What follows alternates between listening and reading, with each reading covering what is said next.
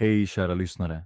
Idag pratar vi om vår morgonrutin på svenska. Vi visar hur du kan tala säkert och tydligt om vardagliga ämnen. Jag ger många exempel och vi lär oss de viktigaste fraserna och orden. Så lär vi oss alla steg för steg. Det låter bra. Jag tror många nybörjare vill prata om sin dag men vet inte hur. Det känner jag igen. Ibland är det svårt att prata om sin egen rutin eller sina hobbyer. Varför valde du det här ämnet idag? Morgonen gäller alla. Vi talar nästan varje dag om att gå upp, frukost och vägen till jobbet. Med rätt ord känner man sig säkrare. Dessutom tycker jag att svenskan har många tydliga uttryck som är lätta att lära. Sant. Jag minns ett samtal med en kollega om vår morgon. Hon frågade när jag går upp och vad jag gör på morgonen. Jag blev lite nervös eftersom jag inte visste hur jag skulle förklara min rutin. Berätta mer. Våra lyssnare känner säkert igen det. Hon ställde många frågor, till exempel om jag äter frukost eller dricker kaffe först. Jag förstod mycket men visste inte alltid hur jag skulle svara. Efteråt lärde jag mig viktiga ord som gå upp, äta frukost och duscha. Sen övar jag regelbundet. Ett mycket bra exempel. Just sådana situationer vill vi göra enklare idag.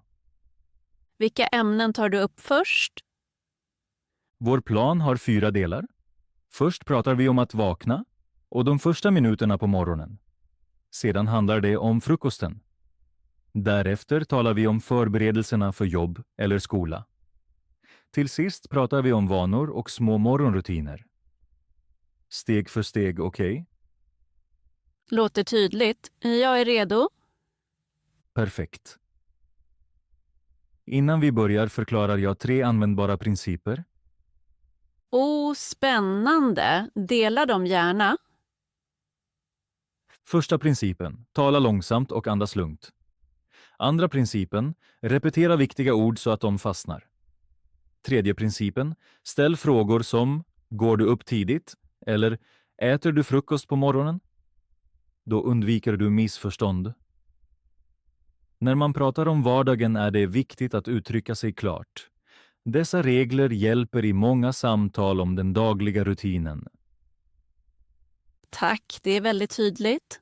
Gärna. Har du fler frågor innan vi går djupare in på morgonrutinen? Bara en. Hur säger jag artigt att jag inte förstår när någon pratar om sin vardag? Säg bara. Förlåt, jag förstod inte. Kan du upprepa det? Eller kortare. En gång till, tack. Super, det ska jag komma ihåg. Kanske vill våra lyssnare öva direkt nu? Säg meningen högt. Ja, var med vänner. Att tala högt hjälper mycket. Fantastiskt. Det var introduktionen. Nu börjar vi med del 1, att vakna. Jag är redan förväntansfull. Innan vi fortsätter vill jag fråga våra lyssnare något. Vilka ämnen gör er osäkra? Eller vad ska vi prata om i nästa podd? Skriv gärna i kommentarerna. Bra idé. Jag tror de frågorna hjälper andra som lär sig. Absolut. Gemenskap gör lärandet enklare. Per, kan du ge ett kort exempel på en enkel fråga om morgonrutinen? Självklart. Till exempel, när går du upp? Eller vad gör du först på morgonen? Jag ser att strukturen ofta är frågeord plus verb plus subjekt. Det hjälper. Precis, mycket bra observerat. Vi återkommer till mönstret senare. Om ni vill hämta lite vatten nu, repeterar jag de 3 principerna. Tala långsamt, repetera viktiga ord, ställ följdfrågor. Så fastnar allt. Mycket bra Pernilla, din inlärningsstil är föredömlig. Vissa pausar kanske redan podden för att härma. Det är perfekt. Är du redo för första delen om att stiga upp, Pernilla? Absolut, Per. Jag tror många elever är nyfikna nu. Bra. Tänk att din väckarklocka ringer. Vad säger du först om morgonen? Kanske säger jag går upp 7:00. Perfekt. Det är klart och enkelt. Du kan också säga, min klocka ringer 7:00. Och om jag är mycket trött, Då kan du säga, jag är väldigt trött på morgonen eller jag behöver lite tid för att vakna. Många använder också alarmet i mobilen på morgonen. sant. Ibland trycker jag en gång till på snooze-knappen. Precis. Då kan du säga, jag trycker på snooze en gång till. Det gör jag 2 eller 3 gånger ibland. Det känner många igen. När jag har vaknat ligger jag ibland kvar i sängen en stund. Då kan du säga, jag ligger kvar några minuter i sängen. Och sedan går jag långsamt upp. Mycket bra.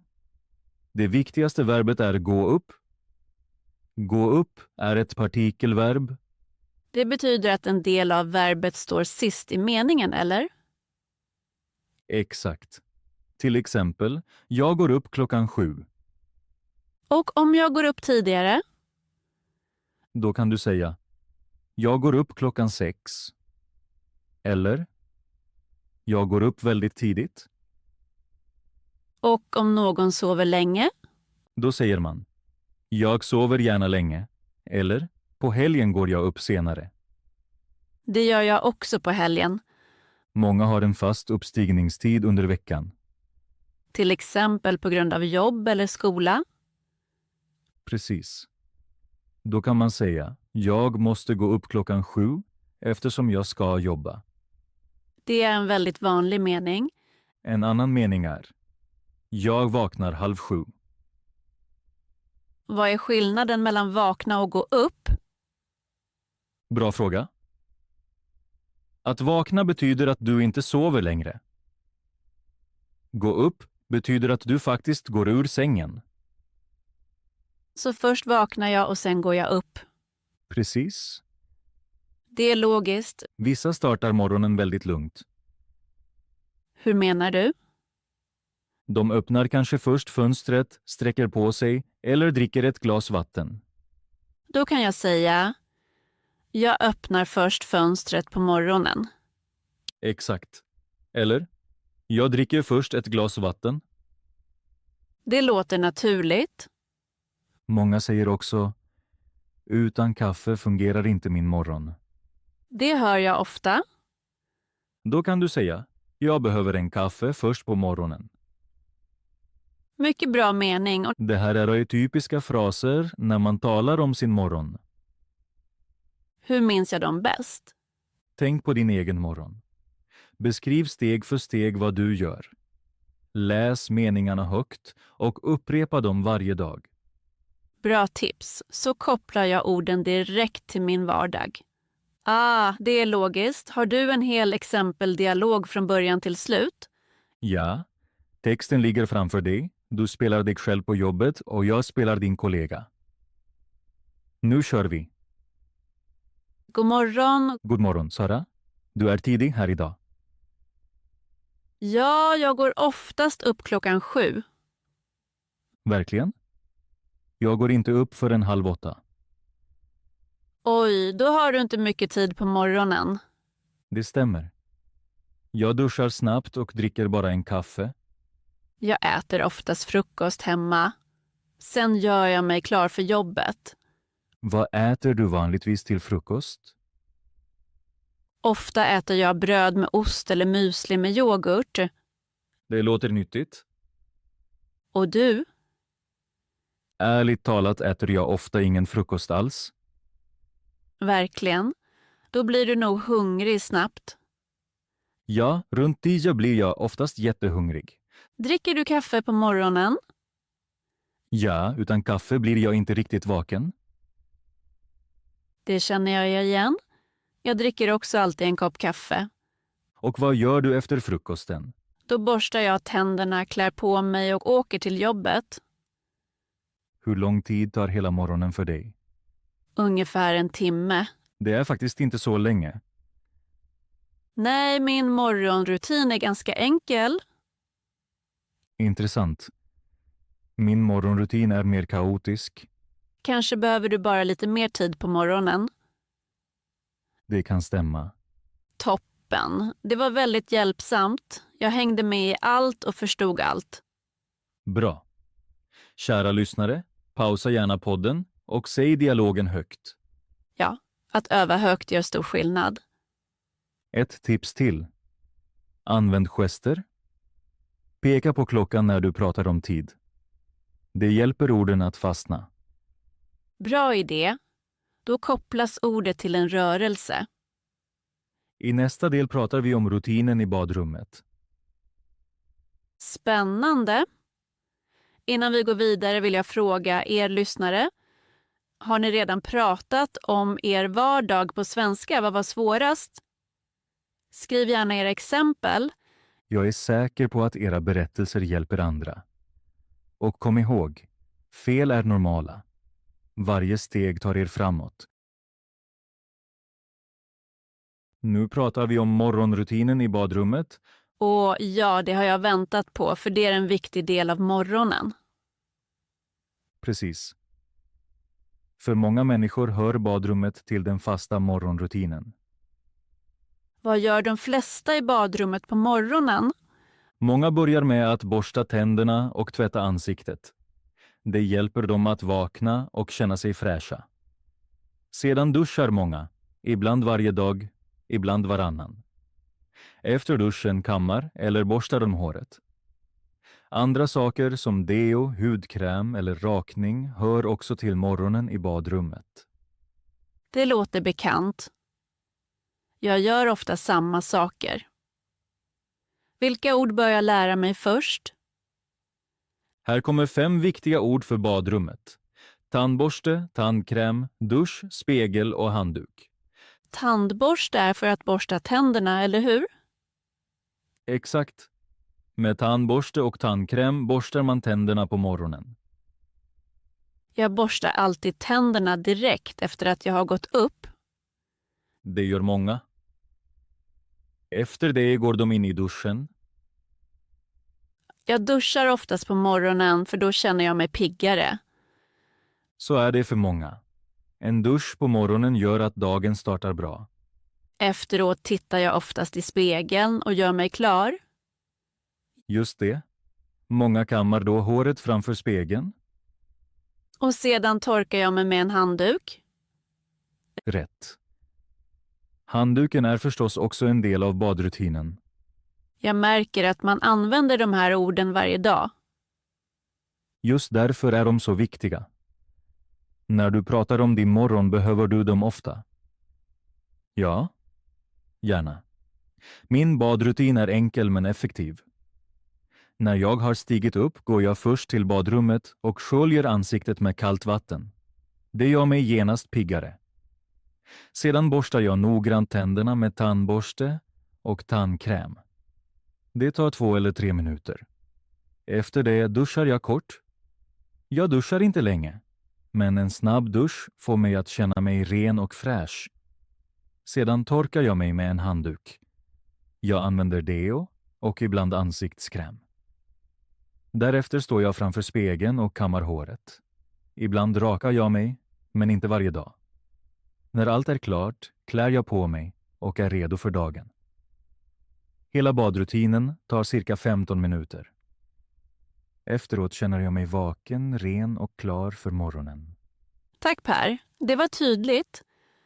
Har du fler tips när man pratar om sin badrutin? Ja. Ett bra tips är att berätta stegen i rätt ordning. Till exempel först gå upp, sedan gå till badrummet, sedan borsta tänderna eller duscha. Om du beskriver ordningen blir det lättare för andra att förstå. Det låter logiskt. Alltså steg för steg. Precis. Ett annat tips är att använda enkla verb. Ord som tvätta, duscha, borsta tänder, kamma eller raka är typiska när man pratar om morgonen. Sant, de verben hör man ofta. Du kan också använda tidsord, till exempel först, sedan, därefter eller till sist. De orden gör rutinen tydlig. Då förstår man vad som händer först och vad som kommer senare. Exakt. Du kan säga: först borstar jag tänderna, sen duschar jag och till sist kammar jag håret. Det låter naturligt. Ett sista tips är att nämna små detaljer. Säg om du duschar varmt eller kallt eller om du lyssnar på musik i badrummet. Bra idé. Då blir beskrivningen mer personlig. Ja, och det gör samtalet mer intressant. Jag tror våra lyssnare kan öva bra nu. Det tror jag med. Kära lyssnare, försök beskriva er egen badrutin på svenska. Ni kan gärna tala högt samtidigt. Det hjälper verkligen i lärandet. Och det är också lite kul. Bra, Pernilla. Efter att vi pratat om badrummet går vi nu till en annan viktig morgondel. Låt mig gissa. Nu handlar det om kläder. Precis. Nu pratar vi om att klä på sig och om garderoben. Och det är ett ämne jag ibland har svårt med. Verkligen? Med vad exakt? Framför allt med färgerna. När någon säger de blå byxorna eller den gröna t-shirten måste jag tänka en stund. Det är helt normalt. Färger är inte alltid lätta att minnas i början. Och ibland vet jag inte vad plaggen heter. Inga problem. Då går vi igenom det steg för steg nu. Det låter bra. Först talar vi om garderoben. Garderoben är platsen där du förvarar dina kläder. Alltså mina byxor, t-shirts och jackor. Precis. Många börjar i morgonen med att öppna garderoben och fundera på vad de ska ta på sig. Det känner jag igen. Ibland står jag där och vet inte vad jag ska ta på mig. Det händer många. Då tittar man på sina kläder och funderar vad som passar vädret eller jobbet. Per, en kort fråga. Vad betyder egentligen passande? Bra fråga. Passande betyder att någonting passar bra i en viss situation.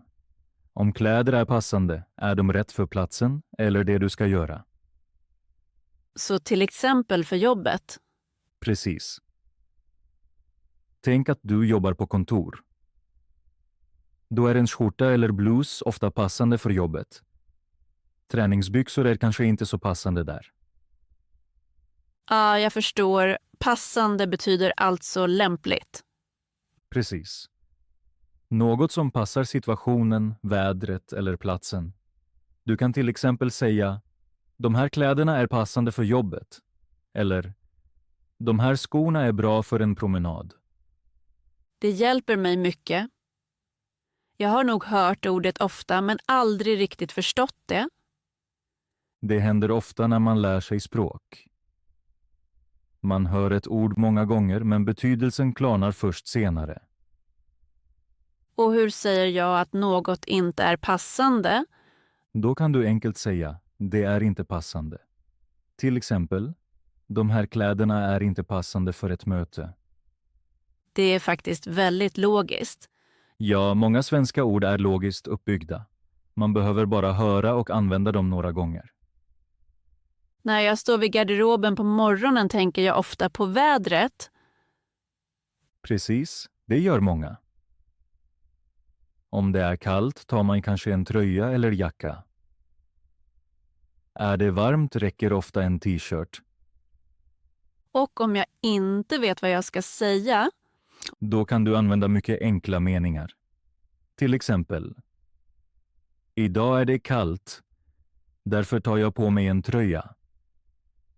det är en bra mening. Eller: idag är det varmt, därför har jag en t-shirt. Jag märker att verbet ha på sig också är viktigt. Bra uppfattat.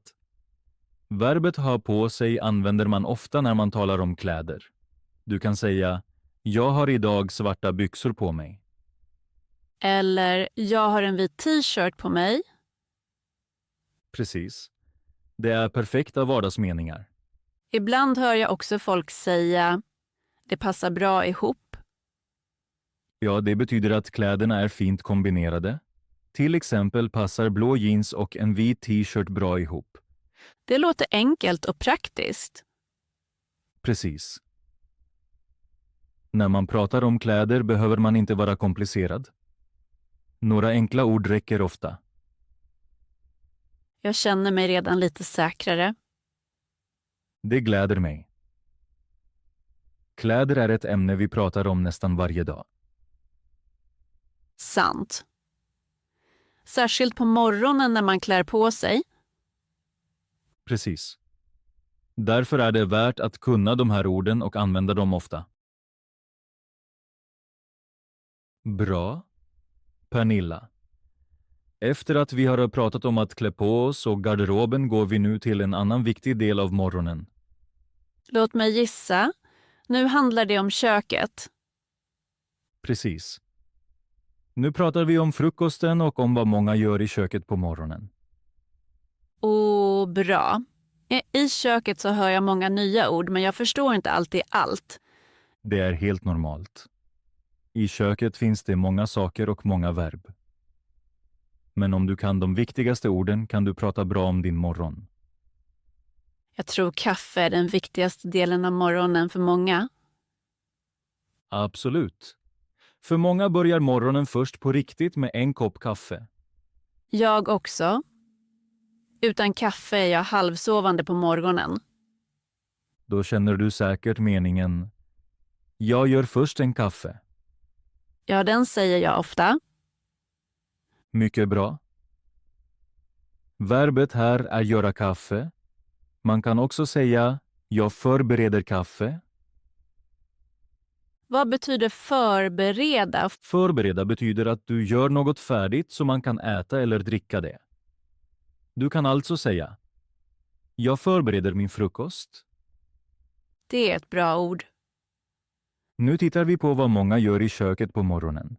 Först går de in i köket. Sedan gör de kanske kaffe eller te. Jag gör oftast kaffe. Sen tar du kanske en kopp ur skåpet. Ja, en kopp till kaffet. Precis. En kopp är behållaren man dricker kaffe eller te ur. Och vad är en kanna? En kanna är en större behållare. I en kanna kan man göra flera koppar kaffe eller te. Ja, jag förstår. Efter det tar många något att äta. Till exempel bröd. Jag äter ofta bröd med ost på morgonen. Det är en mycket typisk frukost i Sverige. Bröd, ost, kanske också sylt eller honung. Jag hör också ofta ordet fralla. Precis. En fralla är ett litet bröd. Många köper färska frallor hos bageriet på morgonen. Det låter gott. Nu pratar vi om några viktiga saker i köket, till exempel sked, gaffel och kniv. Dessa ord kan jag, men ibland blandar jag ihop dem. Då förklarar vi dem enkelt. En sked är ett bestick man äter till exempel soppa eller yoghurt med. Alltså en sked till müsli eller yoghurt. Precis. Om du äter müsli på morgonen behöver du en sked. Och gaffeln? En gaffel har flera små spetsar fram. Med gaffeln äter man till exempel pasta, sallad eller bitar av mat. Och kniven använder man för att skära. Exakt. Med en kniv kan du skära bröd eller dela något på tallriken. Jag tycker det är svårt att komma ihåg de här orden ibland. Det finns ett bra knep för det. Jag älskar studietips. Föreställ dig situationen. Du sitter vid bordet och äter frukost. Framför dig ligger en tallrik.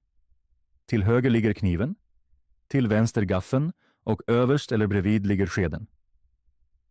Så att jag tänker bara på bordet. Precis. Om du ser den bilden i huvudet minns du orden lättare. Det är ett bra tips. Många lär sig ord bättre när den kopplar dem till bilder eller situationer. Det stämmer. Om jag tänker att jag äter müsli tänker jag automatiskt på en sked. Precis så fungerar det. Vad gör många mer i köket på morgonen? Många gör i ordning sin frukost. Det kan vara olika. Vissa gör en smörgås med ost eller sylt. Andra äter müsli med mjölk eller yoghurt. Jag äter ibland också frukt. Det är också väldigt vanligt. Många skär ett äpple eller en banan på morgonen. Då behöver man en kniv. Exakt. Då kan du säga, jag skär ett äpple. Det är en bra mening. En annan typisk mening är, jag häller upp kaffe. Vad betyder hälla upp? Hälla upp betyder att du häller en vätska från en kanna eller flaska i en kopp eller ett glas. Alltså jag häller kaffe i min kopp. Precis. Jag tror de här verben är väldigt viktiga. Absolut. Verb som skära, äta, dricka, koka eller hälla upp är typiska köksverb. Jag märker att jag kan använda de här orden varje dag.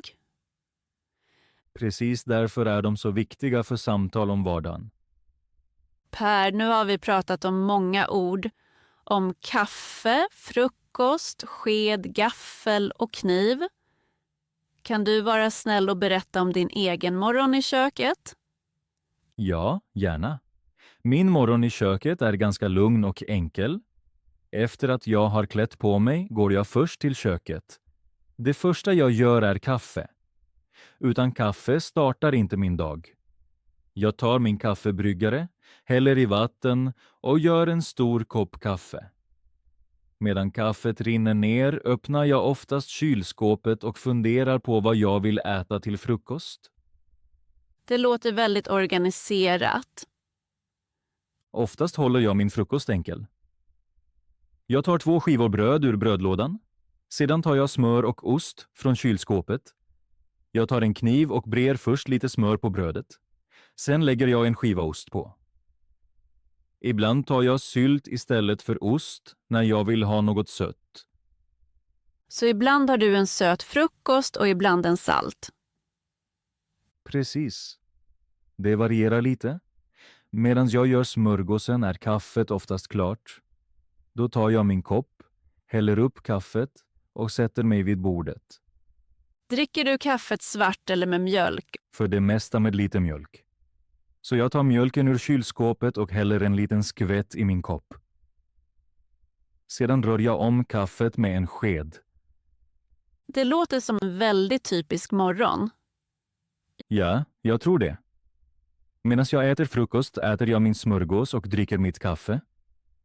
Ibland äter jag också en yoghurt eller en frukt. Till exempel ett äpple eller en banan. Använder du också en kniv då?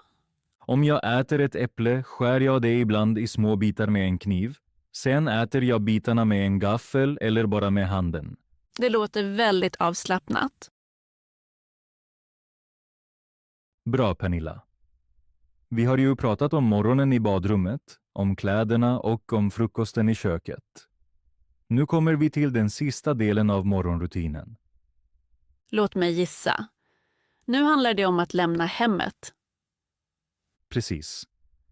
Nu pratar vi om att göra sig klar och om hur man lämnar lägenheten på morgonen. Det är också ett viktigt ögonblick. Jag är ibland rädd att glömma något. Det känner många igen. Därför finns det några typiska verb och fraser som vi nu ska titta på. Låter bra? Vilka verb är viktiga? Ett mycket viktigt verb är göra sig i ordning. Du kan säga, jag gör mig i ordning. Vad betyder det exakt? Göra sig i ordning betyder att du förbereder allt innan du går hemifrån. Du tar på dig skorna, tar dina saker och gör dig redo för dagen. Så allt som händer precis innan jag går ut. Precis. En typisk mening är till exempel, jag gör mig i ordning och går till jobbet. Det är en bra vardagsmening. Ett annat viktigt verb är ta på sig skor. Sant. Innan jag går hemifrån tar jag alltid på mig skorna. Precis. Du kan säga, jag tar på mig skorna. Verbet är delbart igen, eller hur? Rätt. Verbet är ta på sig. I meningen kommer på sig efter tar. Alltså, jag tar på mig jackan eller jag tar på mig skorna. Precis. Och vad gör många människor sedan? Sedan tar de med sig sina viktigaste saker. Till exempel nyckeln, mobilen eller väskan. Nyckeln är verkligen viktig. Absolut. Många säger på morgonen, har jag min nyckel med mig?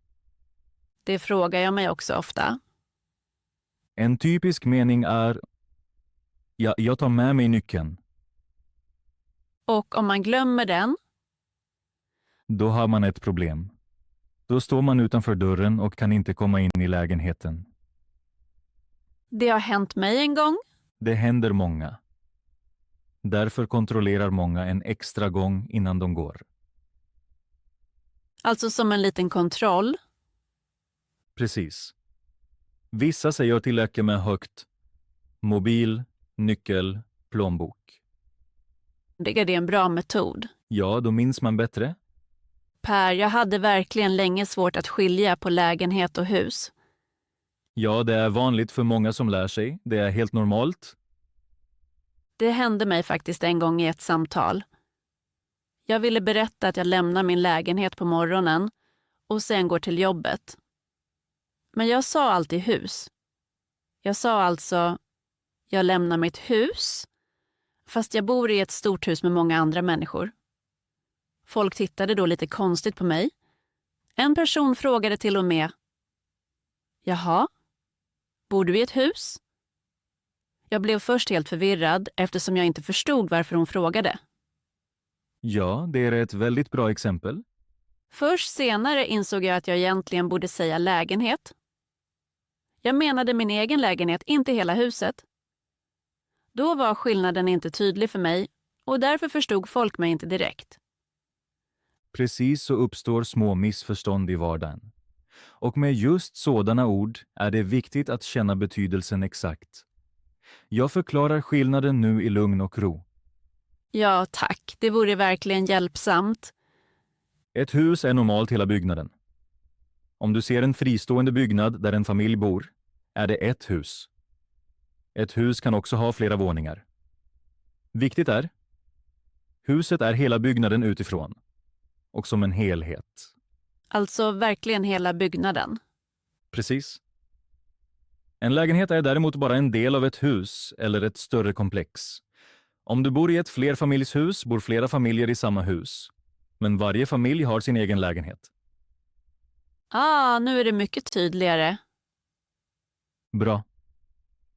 Tänk så här, huset är den stora enheten och lägenheten är en del i den. Huset har kanske en port, ett trapphus och flera lägenheter. Din lägenhet har till exempel en lägenhetsdörr, ett vardagsrum, ett kök och ett sovrum. Det där med porten och lägenhetsdörren hjälper mig mycket. Precis, det är en bra minnesregel. Porten hör till hela huset. Lägenhetsdörren hör bara till din lägenhet. När du först lämnar lägenheten på morgonen går du genom lägenhetsdörren. Efter det är du kanske fortfarande i trapphuset. Först när du går genom porten lämnar du huset. Det är verkligen en superbra skillnad. Ja, och just därför kan man också använda båda i en mening. Till exempel, på morgonen lämnar jag först min lägenhet och sedan huset.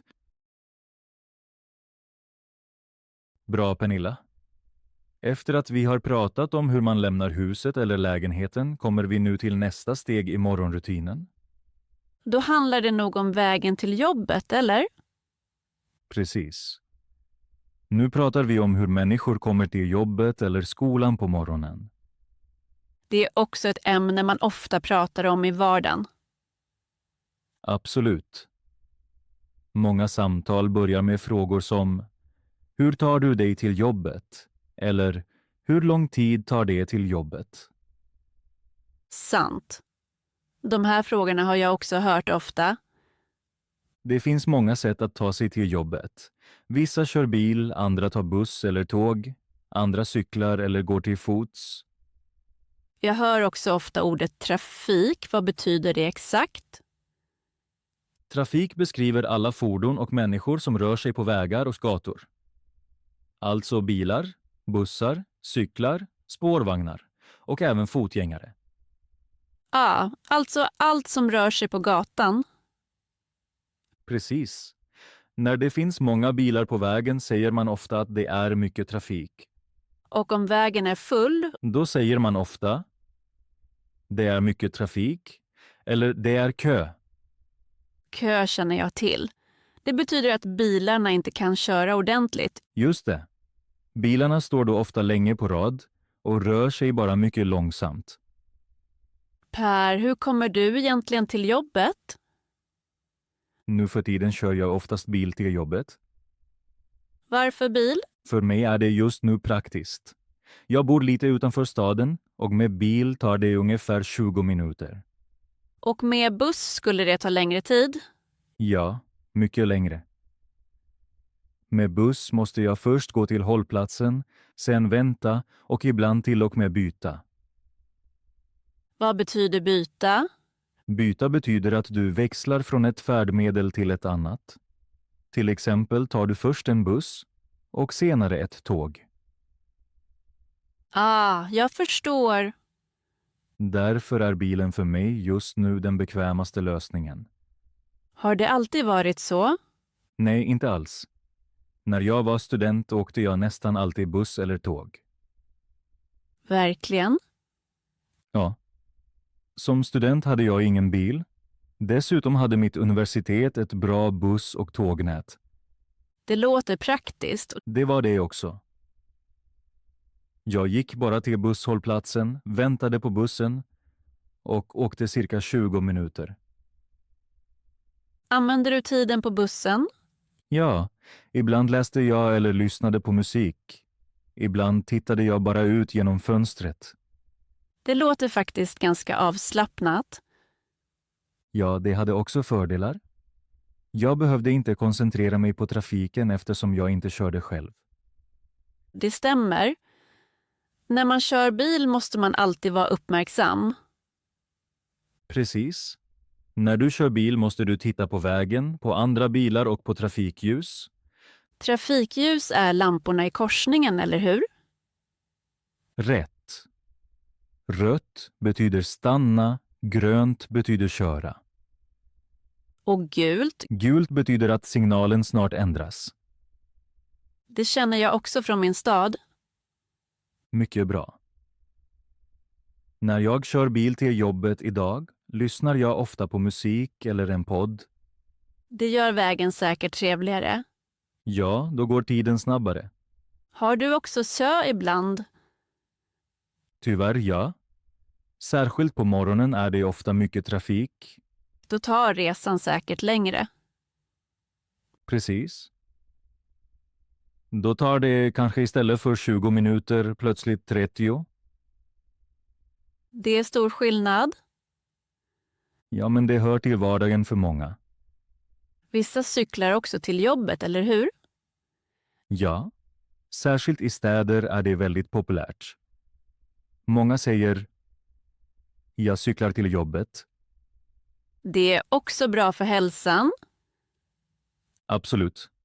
Man rör på sig och kommer samtidigt till jobbet. Och några går till och med till fots. Precis. Om man bor nära jobbet kan man säga jag går till jobbet. Det är nog det mest avslappnade sättet. För många ja. Man får frisk luft och rör sig lite. Per, jag märker att vägen till jobbet är ett stort samtalsämne. Det stämmer. Folk pratar ofta om hur lång tid det tar eller vilket färdmedel de använder. Till exempel, jag åker buss till jobbet. Eller jag kör bil varje morgon. Eller också, det tar 30 minuter till jobbet. Precis. Det är typiska meningar för småprat. Jag tror våra lyssnare nu också kan prata om sin väg till jobbet. Det är jag övertygad om. Kära lyssnare, tänk på hur ni kommer till jobbet eller skolan på morgonen. Kör ni bil, tar ni buss eller kanske cyklar ni? Försök beskriva er väg till jobbet på svenska. Till exempel, jag åker buss till jobbet varje morgon. Eller, jag går till jobbet och det tar 10 minuter. Precis. Det är perfekta vardagsmeningar för samtal på svenska. Bra, Pernilla. Jag tror att vi är klara med dagens avsnitt.